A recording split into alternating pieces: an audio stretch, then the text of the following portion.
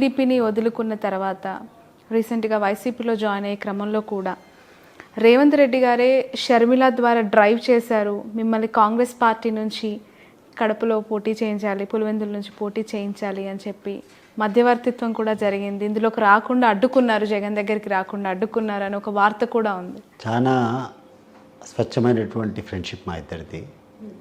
1995-94లో ఆ టైంలో స్టార్ట్ అయినట్టుంది. ఎట్లా అది ఫ్రెండ్షిప్ కుదిరింది. అప్పటి నుంచి every day we use to meet. ఎప్పుడు కూడా మా ఇంటికి వచ్చేవాడు, ఇద్దరం కలిసి తిరిగేవాళ్ళం. చాలా అంటే చాలా అభిమానము. ఇన్ఫ్యాక్ట్ నాకు ఎమ్మెల్సీగా వచ్చేదానికి కూడా మొట్టమొదటిసారి చంద్రబాబు నాయుడు గారు ఒక మాట ఇచ్చి కొంచెం తప్పే క్రమంలో కూడా గట్టిగా పట్టుబట్టి నాకు ఎమ్మెల్సీ ఇచ్చేదానికి కూడా ఆయన్నే మొట్టమొదటి వ్యక్తి. ఆయన ముఖ్యమంత్రి అయిన తర్వాత కూడా ఆయన ఇంటికి పోతే ఎంతోమంది విఐపీస్ ఉన్న బ్రేక్ఫాస్ట్ టేబుల్కి నన్ను పిలిచి ఆహ్వానించడము. ఇటీవల ఒక వారం కిందట 10 రోజుల కిందట నాకు ఏదో పని నుండి హైదరాబాద్ పోతే ఆయనకి he was in his official briefing. ఆ బ్రీఫింగ్లో ఉన్న కూడా అనంత రమ్మని చెప్పి ఆ బ్రీఫింగ్లో కూడా కూర్చోబెట్టుకున్నాడు. ఫర్ విచ్ నిజంగా నేను ఆశ్చర్యపోయినా. అంటే ఇంత ఫ్రెండ్షిప్కి వాల్యూ ఇస్తారా అనేటువంటి వ్యక్తి. బట్ ఎప్పుడు కూడా నా పొలిటికల్ యాక్టివిటీస్లో ఏమన్నా నువ్వు ఆ పార్టీలోకి పోయినావు ఆలోచించకూడదా అన్నాడు. అంటే ఉండేటువంటి పరిస్థితి నీకు తెలుసు కదా రేవంత్, చంద్రబాబు నాయుడు గారికి లోకేష్తో వచ్చిన తర్వాత అంతేలేనా ఏం చేస్తావు, అంతకు మించి ఆయన ఇంకోటి నాకు చేయలే. So our friendship is beyond all our political activities. మీ మీద పొలిటికల్గా మేము కలిసి ఉన్నాం కాదు, దానికంటే ముందే ఉంది. He respects me, I respect him and I really adore him for his tremendous achievement. ఒక సామాన్య వ్యక్తి ఒక ముఖ్యమంత్రి కాగలుగుతాడంటే దాన్ని ఆదర్శంగా తీసుకోవాలి చంద్రబాబు నాయుడు. ఒక ఫైటర్. కేసులు పడినాయి, కేసులు పడితే కొమ్మిడిచి ముందరికి పోయినాడు. రా ఇంకేం చేస్తా చేయనాడు. ఈరోజు నువ్వు నీ దగ్గర మేమందరం శిష్యులం, మమ్మల్ని పక్కన పెట్టుకొని ఇప్పుడు Revanth also party worker, party MLA, party MLC. అటువంటి వ్యక్తి ఈరోజు తెలంగాణలో ముఖ్యమంత్రి కాగలిగినాడు. నువ్వు ఈ రోజుకి కూడా నువ్వు ఫైట్ కూడా ఇవ్వలేని పరిస్థితి పోతావు అంటే ఎక్కడ నువ్వు పడిపోయినావు అనేది తెలుగుదేశం పార్టీ థింక్ ట్యాంక్స్ అన్ని కూడా ఆలోచన చేయాలి. చాలా యాదృచ్ఛికంగా మీ జర్నీ ఇక్కడ నాకు అనిపిస్తోంది. మీ ఇద్దరు చాలా క్లోజెస్ట్ ఫ్రెండ్స్. మీకు సానుభూతి పరులైన మీ పార్టీకి ప్రస్తుతానికి ఫ్రెండ్షిప్గా ఉన్న కేసీఆర్ గారు అక్కడ రేవంత్ గారికి బద్ధ విరోధి. రాజకీయంగా వాళ్ళంతా విరోధులు పార్టీల పరంగా. ఆయనకి బద్ధ శత్రువైన జగన్ గారు మీతో ఇప్పుడు అలైన్ అయి ఉన్నారు, ఆయన పార్టీలో మీరు జాయిన్ అయ్యారు. ఎలా చూడాలి సిమిలర్? మా ఫ్రెండ్షిప్కు రాజకీయానికి సంబంధం లేదమ్మా. మేము రాజకీయాలు రాకముందే, అంటే నేను అప్పటికే జస్ట్ టీడీపీ ఇన్ఛార్జ్గా అట్లా అనౌన్స్ అయ్యాను అంటే అప్పుడప్పుడే అనుకుంటా. అప్పటి నుంచి మేము కలిసి ప్రయాణం చేస్తూనే ఉన్నాం. ప్రతి ఒక్క ఫంక్షన్స్కి మా ఇంట్లో ఏం ఫంక్షన్ ఉన్నా రేవంత్ రెడ్డి వస్తాడు. రేవంత్ రెడ్డి ఇంట్లో ఏ ఫంక్షన్ జరిగినా మాకు ఆహ్వానం ఉంటుంది. అంతే తప్పితే చాలా సంవత్సరాల వరకు ప్రతిరోజు కలిసేవాళ్ళం. తర్వాత ఆయన పొలిటికల్గా బిజీ అయిపోయిన తర్వాత గ్యాప్, అంటే కొంచెం కలవడం ఫ్రీక్వెన్సీ తగ్గిందేమో కానీ, బట్ ఇటీవల ఆయన ముఖ్యమంత్రి అయిన తర్వాత కూడా ఆయన రిసీవ్ చేసినటువంటి విధానం నిజంగా ఐ వాజ్ టేకెన్ బ్యాక్. ఎవరు ఇవ్వరు అంత విలువ, ఎవరు ఇవ్వరు అంత విలువ ఇచ్చాడు. సీఎం అనే దర్పం కానీ అసలు లేదమ్మా. నాకు అదే ఆశ్చర్యం. నాకు అంత మాట్లాడి బయటకు వచ్చిన తర్వాత నాకు అనిపించింది, ఏంటి నేను సీఎంతో మాట్లాడింది అంటే నేను అది రేవంత్ ఇది రేవంత్ అని చెప్పి నేను మాట్లాడుతాను. ఆయన అదిన్నా ఇదిన్నా ఇది ఎట్లా జరుగుతుందినా అదేందినా వీళ్ళు ఇట్లా కాదు అంటే ఎప్పుడు కూడా రేవంత్కు ఉన్నటువంటి అవగాహన పాలిటిక్స్ మీద కానీ లేకుంటే ఇష్యూస్ మీద కానీ ఆయనకున్నటువంటి ఇన్పుట్స్ కానీ అవగాహన కానీ ఏ నాయకునికి లేరమ్మా. There is no match. Revanth Reddy గారికి ఉన్నటువంటి అవగాహన ఇక్కడ ఏ రకంగా జరుగుతాయి, దీన్ని ఎట్ట చేయాలనే దాని మీద there is nobody I have seen. ఈ కాంటెంపరీస్లో ఎవరిలో కూడా లేదు. రైట్. షర్మిల గారు మిమ్మల్ని అప్రోచ్ అవ్వలేదా కాంగ్రెస్లో జాయిన్ అవ్వండి? ఎప్పుడు లేదు, కానీ సునీత గారు ఒకసారి ఫోన్ చేశారు, వచ్చినారు. బట్ రిలవెన్స్ లేదు కదమ్మా. ఇప్పుడు నీకు పొలిటికల్ పార్టీలో నువ్వు ఉండాలా, మీ డెసిషను. ఇప్పుడు ఫస్ట్ థింగ్ ఏంటంటే మీరేందో మీ మనసు ఏందో 10 మందికి తెలియదు, నమ్మకం లేదు. ఆ తర్వాత ఒకటే సబ్జెక్ట్ పెట్టుకొని మీరు మాట్లాడుతున్నారు. దాంట్లో we have our own doubts. నిజంగానే అతను చేసేటువంటి స్వభావం ఉంటే మైట్ బి ముందే ఉన్న అప్రోచ్ ఉంటే బొడ్డొచ్చు. కానీ బట్ నాకు I really have a very strong admiration towards Avinash Reddy. అనేక సందర్భాల్లో నేను తెలుగుదేశం పార్టీలో ఉండేటప్పుడు కూడా చెప్పాను, ఈరోజు కాదు, తెలుగుదేశం పార్టీలో ఉండేటప్పుడే చెప్పాను, వాళ్ళ టోల్ కాదయా, మరి ఎందుకు జరిగిందో ఇది ఎట్లా జరిగిందో తెలియదు. నిజంగా ఈవెన్ టుడే నలుగురిని పట్టుకున్నారు, ఆ నలుగురు కూర్చొని వీలే చేస్తారని చెప్పి సిబిఐ అంతా ఛార్జ్షీట్ వేసింది కదా. ఆ చంపినోడు కూర్చొని ఈరోజు అవినాష్ రెడ్డి మీద ఎందుకు చెప్తాడు? ఒకవేళ అవినాష్ రెడ్డి పాత్ర ఉంటే అవినాష్ రెడ్డి మీద ఎందుకు చెప్తాడు?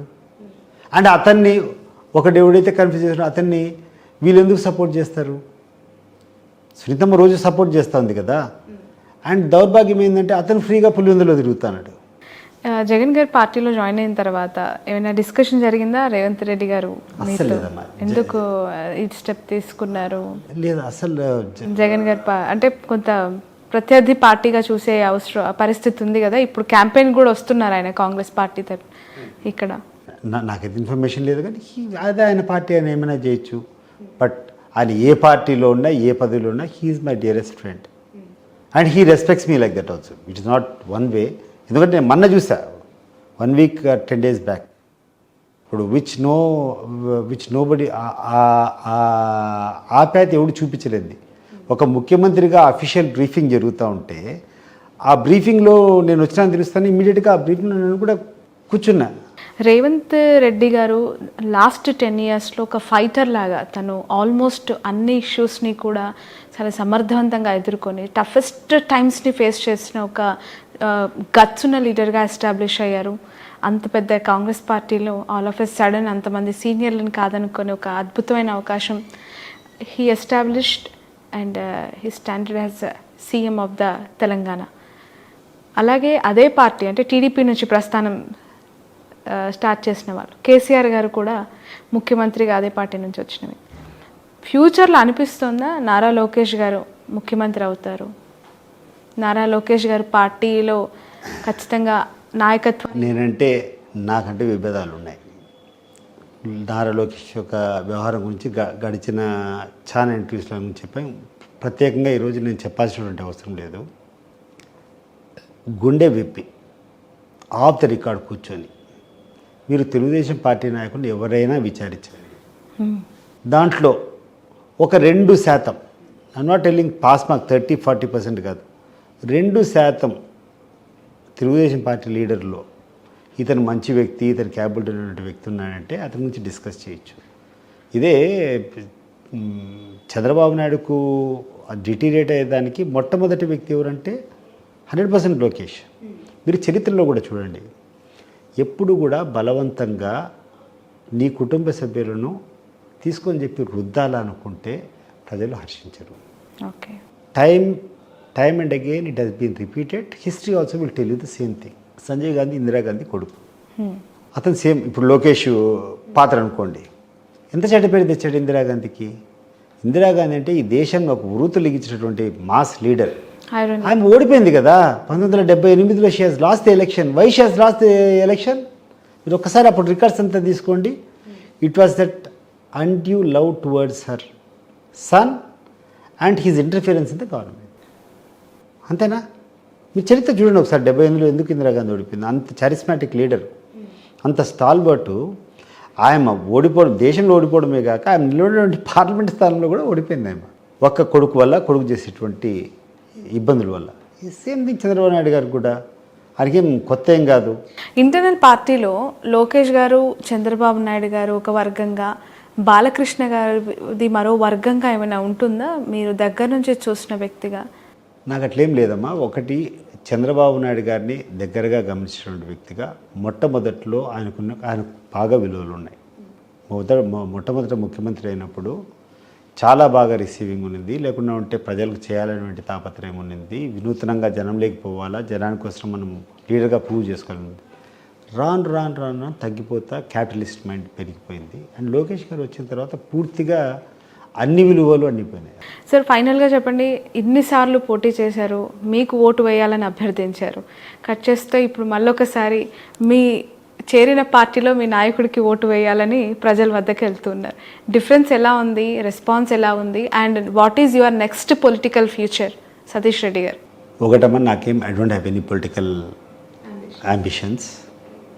So what ever thing has to happen ఇట్లా హ్యాపెన్ కానీ నాకేం ప్రత్యేకంగా ఇంకోట్లేదు. జగన్మోహన్ రెడ్డి గారి దగ్గర పార్టీలో చేరేటప్పుడు ఒకటే చెప్పాను, ఇన్ని రోజులు నా వెంట చాలామంది ఉన్నారు, నాకు సర్వీస్ మోటివ్తో నేను చేస్తాను.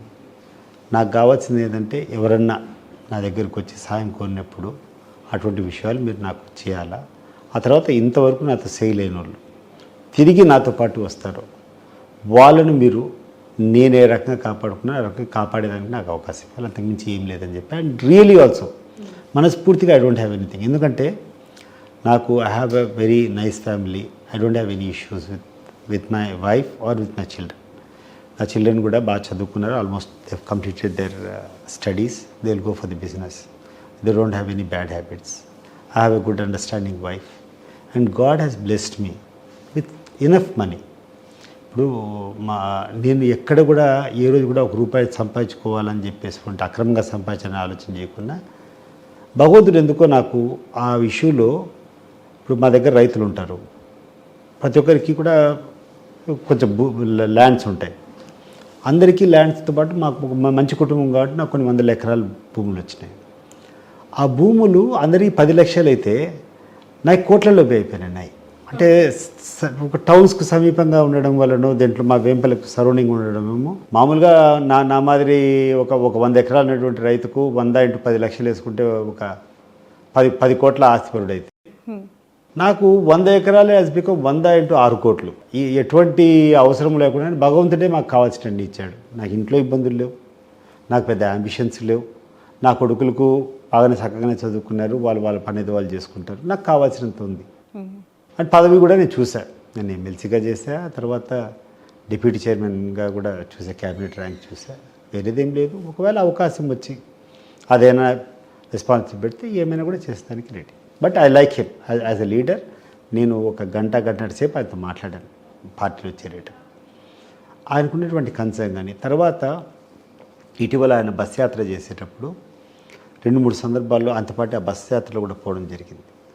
సో ఆ కన్సర్న్ ఫ్రమ్ ఎక్కడైనా పేదవాడు చూపిస్తే, ఒక అవిటివాడు చూస్తే, ఒక ముస్లింని చూపిస్తే, అది ఆ కడుపులోంచి తనుకొస్తుంది. ఇప్పుడు it is not artificial. So నీకు స్పష్టంగా అనిపిస్తుంది. So we are with a good leader, we are with a man who has some concern against all the things అనేటువంటిది ఒక ధైర్యము.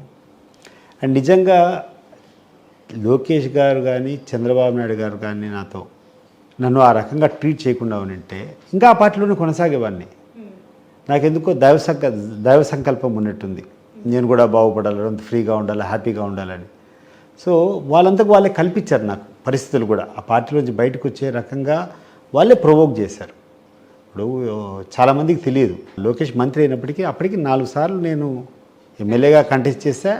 కంటెస్ట్ చేయడం కూడా సామాన్యమైనటువంటి వ్యక్తులు కాదు, ముఖ్యమంత్రి స్థాయి ఉన్నటువంటి వ్యక్తులతో నేను కంటెస్ట్ చేశా. అండ్ 4 సార్లు కూడా మీరు టికెట్లు ఇస్తే కంటెస్ట్ చేశా, కానీ నేను వచ్చి మనం రిక్వెస్ట్ చేసుకొని కంటెస్ట్ చేసింది కాదు. మరి అటువంటి వ్యక్తిని నేను పోతే నాకు అపాయింట్మెంట్ ఇవ్వలేదమ్మా 4 సార్లు. నా ముందర ఎవరెవరినో కలుస్తాడు పోతాడు అంటే బలంతో కనపడినట్టు, నువ్వు లెక్క లేదనేటట్లు ఇల్ ట్రీట్ చేసి